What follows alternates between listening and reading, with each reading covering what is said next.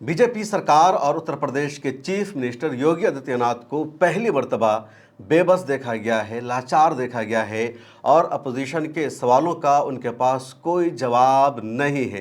राम मंदिर पर बीजेपी ने सियासत की, बीजेपी ने 0 सीट से पार्लियामेंट में और देश के ज़्यादातर सूबों में अपनी सरकार बना ली, लेकिन अब उसी राम मंदिर के मुद्दे पर, राम मंदिर पर बीजेपी बुरी तरह फंस गई है। बीजेपी को अपने ही लोगों के खिलाफ एक्शन लेना पड़ रहा है और जिनके खिलाफ कार्रवाई का मुतालबा किया जा रहा है उनके खिलाफ अभी तक बीजेपी और योगी आदित्यनाथ सरकार कार्रवाई नहीं कर रही है, एक्शन नहीं ले रही है। पिछले 12 सालों में यह भी देखा जा रहा है कि अपोजिशन की मांग के सामने सरकार को झुकना पड़ा है। अपोजिशन ने जो करप्शन का, रिश्वत का, घोटाले का इल्ज़ाम लगाया था, सरकार की टीम ने उस घोटाले को तस्लीम कर लिया है। एसआईटी की जांच रिपोर्ट में भी पाया गया कि अपोजिशन और विपक्ष का जो इतराज़ है वो सही है और उसके मुताबिक कार्रवाई भी शुरू हो गई है। लेकिन अब अपोजिशन का कहना है कि असल मुजरिमों को बचाया जा रहा है और जो दूसरे तीसरे दर्जे के कर्मचारी है उनको फंसाया जा रहा है। ऐसे नहीं चलेगा। मामला है राम मंदिर का। राम मंदिर के नाम पर हज़ारों लोगों का कत्ल हुआ, देश में सियासत हुई। फाइनली बीजेपी ने कहा कि हमने राम मंदिर बना लिया है। बीजेपी की तरफ से गाना भी बजाया गया कि जो राम को लाए हैं हम उनकी ही सरकार लाएंगे। लेकिन अब उस राम मंदिर में घोटाले का मामला सामने आया है, पिछले 1 हफ्ते से चल रहा है और इस मामले को सुर्खियों में लाने वाले हैं अखिलेश यादव। अखिलेश यादव ने 7 जून को ट्विटर पर लिखा कि राम मंदिर में घोटाला हो रहा है। जो भक्त राम मंदिर में जाकर चढ़ावा चढ़ाते हैं, खा वो पैसा की शक्ल में दान देते हो या सोना देते हो, चांदी देते हो, कुछ और देते हो, तो वो पैसा, वो जेवर और जेवरात या गोल्ड और सिल्वर राम मंदिर के खाते में जमा होने के बजाय लोगों के पर्सनल अकाउंट में जा रहा है। राम मंदिर ट्रस्ट से जितने लोग जुड़े हैं उनकी पर्सनल प्रॉपर्टी बढ़ती जा रही है। अखिलेश यादव ने जब ये इल्ज़ाम लगाया तो राइट विंग ने अखिलेश यादव पर पर्सनल अटैक करना शुरू कर दिया, उन पर हमला किया, उनकी बेटी के किरदार पर अटैक किया गया। लेकिन अखिलेश यादव मैदान में डटे रहे, पीछे नहीं हटे और उसके 2-3 दिनों के बाद ही बीजेपी के एक लीडर है डॉक्टर रजनीश सिंह, उन्होंने पीएम मोदी को लेटर लिखा, पीएमओ से मुतालबा किया कि ये मामला संगीन है, सीरियस है और सिर्फ अपोजिशन का एतराज़ समझकर इसको इग्नोर नहीं करना चाहिए बल्कि एसआईटी की तश्कील दी जानी चाहिए। बीजेपी के और भी कई लीडरों ने इशारों में बयान दिया, इस तरह का दावा किया और इसके बाद ही 14 से 18 जून के बीच में एसआईटी की तश्कील दी गई और एसआईटी को सिर्फ 10 दिनों का टाइम दिया गया कि 10 दिनों में एसआईटी को अपनी रिपोर्ट सबमिट करनी है। सेंटर के अफसरान को भी इसमें जिम्मेदार बनाया गया और फिर एसआईटी ने अपनी रिपोर्ट में अपोजिशन के दावा को सही माना। एसआईटी ने अपनी रिपोर्ट में ये बताया, एसआईटी की रिपोर्ट उत्तर प्रदेश सरकार को सौंपी गई और उसमें माना गया कि राम मंदिर में घोटाला हुआ है। जो चढ़ावा चढ़ाया जाता है वो मंदिर के ख़जाने में, मंदिर के अकाउंट में मुकम्मल तौर पर जमा नहीं हुआ, बल्कि जिन लोगों की ड्यूटी दी गई है उन लोगों ने अपनी प्रॉपर्टी बनाई, उन लोगों ने अपने अकाउंट को भरने का काम किया और करप्शन किया, घोटाला किया। इस तरह का एतराफ़ बाज़ाब्ता एसआईटी की रिपोर्ट में किया गया। उसके बाद और एसआईटी की जो रिपोर्ट सबमिट होती है उत्तर प्रदेश सरकार में वो 24 जून को, अगले दिन यानी 25 जून को अयोध्या के एक पुलिस स्टेशन में एफआईआर दर्ज की जाती है और 8 अफराद के खिलाफ नामजद एफआईआर दर्ज की जाती है। एफआईआर में ये बताया जाता है कि इन लोगों ने घोटाला किया है, राम मंदिर का पैसा अपनी निजी प्रॉपर्टी को बनाने में इस्तेमाल किया है, इन लोगों ने विश्वासघात किया है, इन लोगों ने भगवान राम के साथ गद्दारी की है। इस तरह की जो दफ़ात है उसके तहत एफआईआर दर्ज की जाती है और 8 लोगों को गिरफ्तार भी कर लिया जाता है। उसके बाद मामला शुरू होता है और वहाँ से कहानी में ट्विस्ट आता है। चंपत राय, ये नाम आपने सुना होगा, राम मंदिर ट्रस्ट के ये सेक्रेटरी जनरल है, यही सर्वे सर्वा है। अब इन्होंने अखलाक़ी तौर पर ख़ुद ही रिज़ाइन कर दिया और कहा कि मेरे होते हुए, मेरी जिम्मेदारी में राम मंदिर के ट्रस्ट में इतना बड़ा घोटाला हुआ, भक्तों ने अपनी निजी ज़िंदगी में निजी प्रॉपर्टी बनाने में पैसा का इस्तेमाल कर लिया तो उन्होंने रिज़ाइन कर दिया। अनिल मिश्रा ने भी रिज़ाइन कर दिया जो ट्रस्टी है, और भी कई लोगों ने रिज़ाइन कर दिया। अब अपोजिशन का एतराज़ यह है कि असल घोटाला तो चंपत राय ने किया है, अनिल मिश्रा ने किया है, और इन लोगों के ख़िलाफ़ कोई एक्शन नहीं लिया जा रहा है, इनके ख़िलाफ़ कोई कार्रवाई नहीं की जा रही है। इनके नीचे जो लोग थे जिनका कुछ भी लेना देना नहीं, उनके खिलाफ कार्रवाई करके सरकार खुद को बचाने की कोशिश कर रही है, लेकिन ऐसा नहीं चलेगा। अखिलेश यादव ने सबसे पहले मुद्दा उठाया, उसके बाद दूसरी अपोजिशन पार्टियों ने भी इस पर तवज्जो दिया। आम आदमी पार्टी के राज्यसभा एमपी संजय सिंह ने लगातार इसको मुद्दा बनाया और राम मंदिर में होने वाले घोटाला और चंदा चोरी के खिलाफ उन्होंने आवाज़ उठाई। आज भी संजय सिंह ने 2 वीडियो जारी की है और बताया कि जो एक्शन लिया गया है वो दिखावा है, और जो असल इस मामले में मुलजिम है, जिनके खिलाफ एक्शन लेना चाहिए, जिनके करीबी ताल्लुक़ है योगी आदित्यनाथ से या बड़े बड़े मिनिस्टर से, उनके खिलाफ एक्शन नहीं लिया जा रहा है। आखिर क्यों? अरविंद केजरीवाल जी कल अयोध्या आए प्रभु श्री राम का दर्शन करने के लिए। जब वो आए तो उसके बाद आनन फानन में FIR लिखी गई, कुछ छोटी मछलियों के खिलाफ, कुछ मामूली चोरी में पकड़े गए लोगों के खिलाफ। लेकिन जो डकैत हैं वो अभी भी बचे हुए हैं, जो माफिया हैं वो अभी भी बचे हुए हैं, जिनको मोदी जी ने यहां पर बिठाया है वो अभी भी बचे हुए हैं। क्या कार्रवाई हुई चंपत राय के खिलाफ, क्या कार्रवाई हुई गोपाल राव के खिलाफ, क्या कार्रवाई हुई अनिल मिश्रा के खिलाफ। और आज मैं देख रहा हूं कि योगी आदित्यनाथ जी अरविंद केजरीवाल जी के खिलाफ बयान दे रहे हैं। अरे हम लोगों के खिलाफ बयान देने से क्या हो जाएगा, केजरीवाल जी के खिलाफ बयान देने से क्या होगा। आपको तो कार्रवाई करनी चाहिए इन चोरों के खिलाफ, चंदा चोरों को पकड़ के जेल में डालना चाहिए। आप अपना काम नहीं कर रहे हैं, आप केजरीवाल के खिलाफ बोल रहे हैं।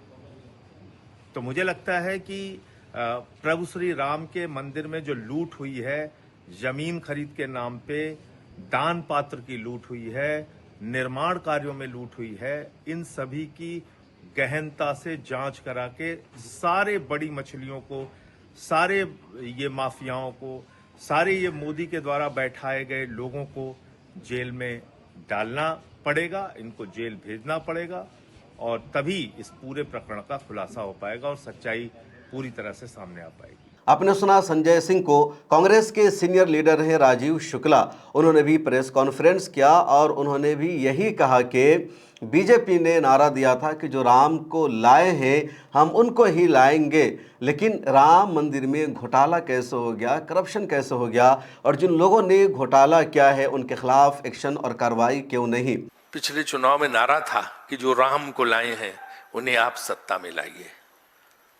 तो अब जिन्होंने राम को लूटा है उनकी क्या सजा है? उनकी जिम्मेदारी भी तो तय होनी चाहिए कि सिर्फ 8 कर्मचारियों पे डाल के, छोटे मोटे लोगों पे डाल के आप जो है इससे बच के निकलना चाहते हैं। ये मुद्दा बहुत देशव्यापी स्तर पे चल रहा है। हर तरफ हर लोग इस पे जो है सक्रिय हैं और सबको बेहद चिंता है, सबको बहुत बड़ा झटका और धोखा लगा है। तो इसलिए जो है इस मुद्दे को हमने कांग्रेस पार्टी उठा रही है, क्योंकि जो दक्षिण भारत की महिलाएं आती थी वहां पे एक परंपरा है कि जो वो पहने होती हैं, जो आभूषण या जेवर ज्वेलरी, वो सब डाल देती हैं। इतने सालों से, दसियों सालों से जो ज्वेलरी, जो आभूषण, जो जेवर आ रहे थे, उनकी कोई रिकॉर्ड ही नहीं बना है। पैसे का तो फिर भी जो है वो गड्डियां चोरी होती थी, और जो है मान लो 13 लाख चढ़ावा आया तो 10 लाख दिखा दिया, 3 लाख गायब हो गया, है ना। तो वो तो उसकी तो गिनती, ये जो जेवर और आभूषण और ज्वेलरी आती थी उसकी तो कोई जो है इन लोगों ने रिकॉर्ड ही नहीं बनाया। कोई रजिस्टर नहीं, कोई रिकॉर्ड नहीं, कोई रसीद नहीं, कुछ नहीं। और एक लंबी चौड़ी फहरिस्त है जो लोगों ने शिकायत करने का सिलसिला शुरू हुआ है कि हमने ये दिया था, हमने ये दिया था, हमने ये दिया था, उसकी हमें रसीद आज तक नहीं आई। तो उसका तो वो कितने 100 करोड़ का, कितने 1000 करोड़ का जेवर था, आभूषण थे, उनका तो कुछ पता ही नहीं। कहते भगवान राम की जो माला थी हीरे की, वो भी गायब है। तो ये तो अजीबो गरीब मामला, ऐसा तो सुना ही नहीं था। तो ये जो है यह मेरे हिसाब से राजनीतिक मुद्दा नहीं, एक बहुत बड़ा धार्मिक मुद्दा है जिस पे हर एक की चिंता है और उसकी जिम्मेदारी से कोई बच के निकल सकता नहीं है। इसलिए जो है ये मुद्दा हम उठा रहे हैं। और आप राम के नाम पे वोट तो ले रहे हो, अब नोट भी लेना शुरू कर दिया। ये कौन सी जो है आपने नई चीज शुरू की है? लोगों के विश्वास से धोखा, लोगों की आस्था से धोखा, लोगों की भक्ति से धोखा। भगवान राम से जो लोगों की अगाध आस्था है उस पे ये चोट है, उन लोगों के साथ ये धोखा है। तो इसलिए ये मुद्दा हम उठा रहे हैं। अरविंद केजरीवाल भी राम मंदिर पहुंचे, वहां जाकर के उन्होंने पूजा पाठ किया, रामगढ़ी गए और वहां के साधु संतों ने भी उनका स्वागत किया, वेलकम किया। राम मंदिर में होने वाले घोटाला और चंदा चोरी के ताल्लुक से और भी कुछ बातें हैं, लेकिन जो साधु संत हैं उनका क्या कहना है, अयोध्या में जो पुजारी बैठे हैं उनका क्या रिएक्शन है, उनको भी जरा सुन लीजिए। हुआ नहीं है, वहां तो नियमित रूप से होता है। आप याद करिए कि जब ये घोटाला सामने आया था तो चंपत राय जी वहाँ के जो सर्वे सर्वा हैं, करता धरता हैं, वो आए थे आप लोगों के सामने और उनका आपके पास आर्काइव में वीडियो सुरक्षित है। उन्होंने कहा था कि हमारे यहाँ ये प्रक्रिया चलती रहती है और उल्लेखनीय कुछ भी नहीं है। माने ये सब उनके लिए रूटीन था, आप समझिए। माने उनके लिए कोई खास बात थी ही नहीं, ये तो रोज ही वहाँ हो रहा है। जिम्मेदार लोग का मतलब ये है कि उनके विश्वस्त लोग हैं, वो उनके लिए चोरी करके उनको उनकी जेब भरते हैं। तो हमारे लिए जो चोरी करके जेब भरता होगा उसको तो हम बचाएंगे ही। हमने इसीलिए तो उनको फिट किया था। बताइए, मंदिर बनाने का कौन सा विशेषज्ञता थी चंपत राय की? कौन विशेषता थी अनिल मिश्रा की? कौन सी विशेषता थी नृपेंद्र मिश्रा की? कौन सी विशेषता थी गोविंद देवगिरी की? कौन सी, इनके जितने भी ट्रस्टी हैं, इनके किसकी विशेषता थी मंदिर बनाने की? लेकिन ये सब विश्वस्त लोग थे जो हमारे लिए चोरी करके हमको दें, इसीलिए वो वहां पर सेट किए गए थे और वो जिसके लिए सेट किए गए वो काम कर रहे हैं। भाई वहां की हर चीज में घोटाला है, शिला पूजन से घोटाला शुरू है। आप लोग तो बीच बीच में उठाते हो, उसके बाद फिर छोड़ देते हो। वहां तो शिला पूजन के समय से घोटाला चल रहा है, आज तक वो चल ही रहा है। कहना है, जब पहले ही आप लोगों ने समाचार दिखा दिया कि मुख्यमंत्री के निर्देशन में एसआईटी काम कर रही है, तो बताइए एसआईटी किसी के निर्देशन में काम करती है? तो उनके निर्देशन में कर रही है। 15 दिन उन्होंने कह दिया कि 15 दिन कुछ मत बोलो, तो 15 दिन में तो दूसरा मौका ला देंगे, कुछ ऐसी दूसरी घटना करवा देंगे कि आप लोग सब उसको कवर करने लगोगे, मामला खत्म हो जाएगा। ये सब टैक्टिस है, डिले टैक्टिस। डिले कर दो, उसके बाद सब धीरे धीरे मामला खत्म। सबसे ज्यादा निर्माण कार्य में चोरी हुई है, पूरे मंदिर को लूट लिया गया है। मैं कह रहा हूं कि जो मंदिर का निर्माण कार्य हुआ है उसकी शुरुआत से लेकर के और लास्ट तक लूट ही लूट हुई है और इस लूट के सरगना थे अनिल मिश्रा, टिन्नू यादव, और धन जो लूटा गया है उसके सरदार थे आप बैंक के रत्नेश चतुर्वेदी। अब कुछ लोग वो यहाँ पर आ गए हैं जिनका कहना है कि जिन लोगों ने घोटाला किया है, जिनको पुलिस ने गिरफ्तार किया है, वो कांग्रेस और समाजवादी पार्टी के लोग हैं और उसमें एक नाम है इस पंडित का, पुजारी का, जिनका परमहंस महाराज नाम है। अक्सर मुसलमानों के खिलाफ ज़हरअफ़शानी भी करते हैं, मुसलमानों के जेनोसाइड की बातें करते रहते हैं। अब इन्होंने कहा कि राम मंदिर में जो घोटाला हुआ है, जो करप्शन हुआ है, मंदिर के पैसे से लोगों ने जो निजी प्रॉपर्टी बनाई है, जो तमाम लोग कांग्रेस के हैं और अक्सर जब भी बीजेपी के करीबी नेता इस तरह के इल्ज़ाम में पकड़े जाते हैं, वो घोटाला करते हैं, करप्शन करते हैं, तो फिर इल्ज़ाम कांग्रेस या समाजवादी पार्टी पर लगा दिया जाता है। लेकिन इस मर्तबा ऐसा नहीं हो रहा है। देखा जा रहा है कि अपोजिशन का पलड़ा भारी है और बीजेपी के पास कुछ भी जवाब नहीं है। योगी आदित्यनाथ गालिबन 18 या 19 जून को अयोध्या गए थे और एक रैली से खिताब करते हुए उन्होंने बस इतना कहा था कि राम मंदिर में करप्शन का, घोटाले का जो मामला सामने आया है तो उस पर आप लोग सब्र कीजिए, खामोश रहिए, एसआईटी की रिपोर्ट आने दीजिए, अपनी तरफ से किसी पर इल्ज़ाम मत लगाइए। राम मंदिर के लिए हमने 500 सालों तक इंतज़ार किया है, तो कुछ दिन और इंतज़ार कर लीजिए। ये योगी आदित्यनाथ के अल्फाज थे। मतलब साफ़ है कि सरकार भी फंसी हुई है, क्योंकि राम मंदिर ट्रस्ट के जो ज़िम्मेदारान हैं, जिन लोगों पर करप्शन का, घोटाले का इल्ज़ाम है, वो सब योगी आदित्यनाथ के करीबी हैं, पीएम मोदी के करीबी हैं, या आरएसएस और बीजेपी में उनकी अच्छी खासी पहचान है। ये पूरा मोमेंट ही बीजेपी का था, इसलिए यहाँ पर बीजेपी के लिए कुछ भी राह फरार नहीं है। पिछले वीडियो में मैंने तफसील से बताया था कि किस तरह घोटाला हुआ। जैसे देखा गया कि जिनके पास कोई प्रॉपर्टी नहीं थी, अपना घर नहीं था, उन्होंने 1 करोड़ से ज़्यादा रुपए का अपना घर खरीद लिया।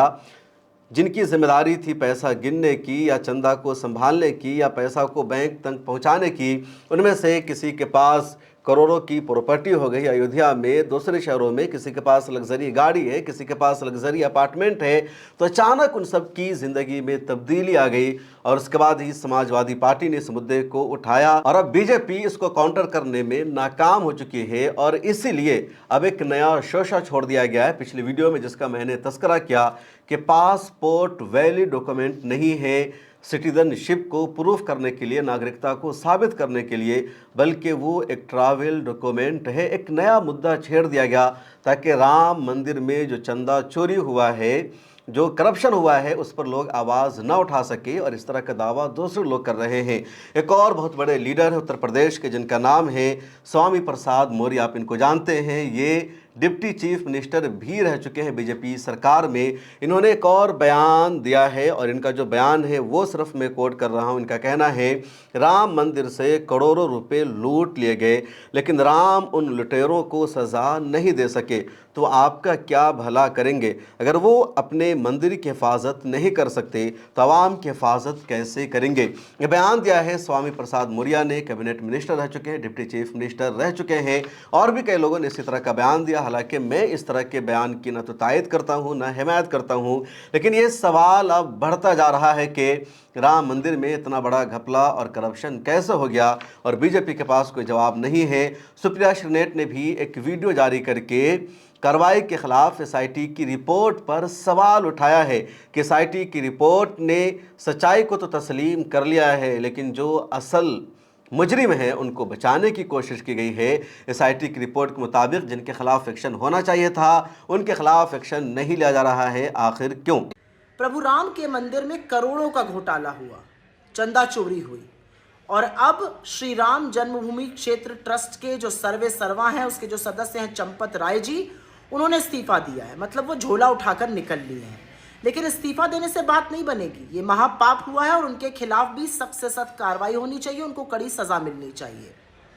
असलियत ये है कि उनका इस्तीफा इस बात का सबूत है कि चोरी बड़ी हुई है, लेकिन उनके इस्तीफे भर से काम नहीं चलेगा। ये लोगों की आस्था का सवाल है।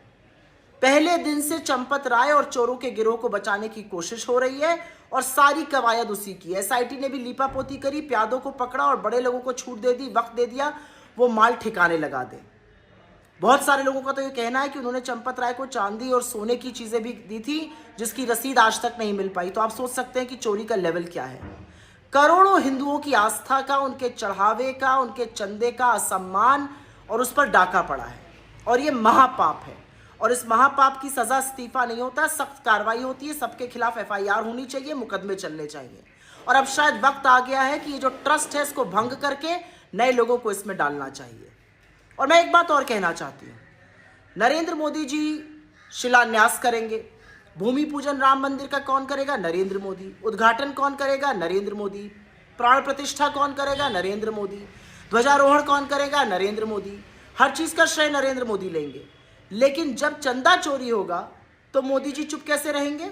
आप इस महापाप पर, इस आस्था पर प्रहार जो हुआ उस पर चुप नहीं रह सकते, आपको बोलना होगा और प्यादों के पीछे छुपने की कोशिश भी मत कीजिए। आपने सुना सुप्रिया श्रीनेट को। और अब असल इम्तिहान है अपोजिशन का, विपक्ष का, समाजवादी पार्टी का, कांग्रेस का, कि क्या साल 2027 के यूपी चुनाव में इसको मुद्दा बनाया जा सकता है? उतने दिनों तक ये पार्टियां इसको खींच कर ले जा सकती है या फिर बीजेपी यहाँ पर भी अपोजिशन को चारों खाने चित कर देगी? बीजेपी अपने लोगों को समझाने में कामयाब हो जाएगी कि क्यों राम मंदिर में घोटाला हुआ, करप्शन हुआ।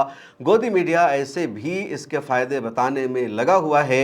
अभी तक तो अपोजिशन का पलड़ा इस मामले में भारी है, लेकिन ये मामला कितने दिनों तक चलेगा कहना मुश्किल है। बीजेपी ने लगातार इसको काउंटर करने के लिए कई नया मुद्दा आवाम को और मीडिया को दे दिया है और मेन स्ट्रीम मीडिया में अब उन मुद्दों पर बहस हो रही है।